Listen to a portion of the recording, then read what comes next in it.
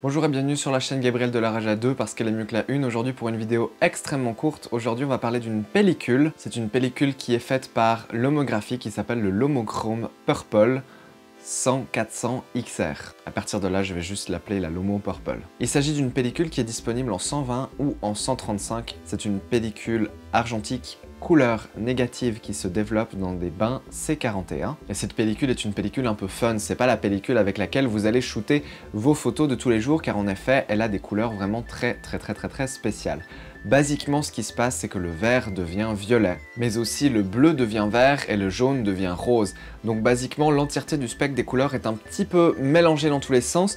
La seule chose qui reste plus ou moins naturel, et j'insiste vraiment sur le plus ou moins parce que ça reste pas très naturel quand même, ce sont les peaux qui restent plus ou moins dans des tons qui sont potables. En gros, vous n'allez pas prendre en photo des personnes qui vont ressortir vertes ou bleues. Les peaux vont rester plus ou moins dans les bruns, dans les roses, dans les jaunes, dans les couleurs habituelles de peau, ce qui fait que ça va pas être complètement inutilisable pour du portrait, même si encore une fois c'est pas la pellicule que vous allez utiliser pour des photos de tous les jours ou bien pour des photos plus professionnelles ou pour des sessions de portraits professionnels qui ne sont pas faites dans un but un peu plus fantaisiste. Donc j'ai eu l'occasion de shooter cette pellicule deux fois, une fois en 135 mm et une fois en moyen format. J'ai pas remarqué de grande différence entre les deux. Ce que j'ai remarqué par contre avec cette pellicule, c'est qu'il s'agit d'une pellicule qui peut être shootée entre 100 et 400 ISO, donc les deux fois j'ai plus ou moins réglé aux alentours de 200 qui me paraissait être une bonne moyenne, mais j'ai eu des résultats extrêmement inconsistants avec cette pellicule. Des photos qui tiraient vraiment très vers le vert, d'autres photos qui tiraient vraiment très vers le rose. Ça me paraissait un petit peu aléatoire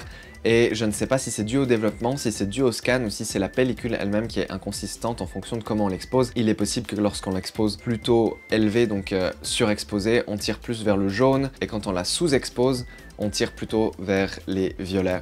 C'est un peu une impression que j'ai. Quoi qu'il en soit, il est vraiment sympa de prendre en photo de la nature avec. C'est pas une pellicule que je vais shooter facilement en hiver, mais plutôt en été lorsqu'il y a beaucoup de verdure et de feuilles dans les arbres, parce qu'on a cette image violette qui est vraiment très spéciale et qui est vraiment très chouette en fait, qu'on n'a pas avec d'autres pellicules. Voilà, et encore une fois avec le scanner, c'est un peu spécial parce que votre scanner, si vous laissez quoi que ce soit comme paramètre automatique, il va un peu tenter d'interpréter les couleurs à sa sauce et vous aurez des résultats qui sont encore une fois un peu bizarres et inconsistants.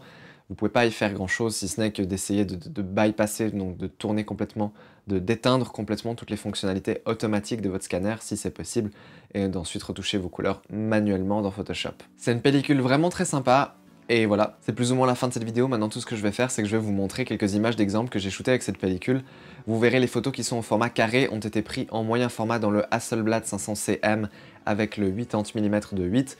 Et les photos qui ont été prises, enfin qui sont dans un format 3.2 plus standard, sont des photos en 135 mm qui ont été prises dans mon Nikon FE avec le 28 mm f2 et le 50 mm 1.4 et peut-être quelques autres objectifs. Je suis plus certain de ce que j'ai utilisé, j'ai tellement d'objectifs Nikon. Je prends un peu le premier qui vient en fonction de ce que je veux faire, enfin celui qui me paraît bien sûr le plus adéquat, et donc du coup il y a peut-être un peu de tout, mais ce sera majoritairement le 50 mm 1.4 et le 28 mm f2.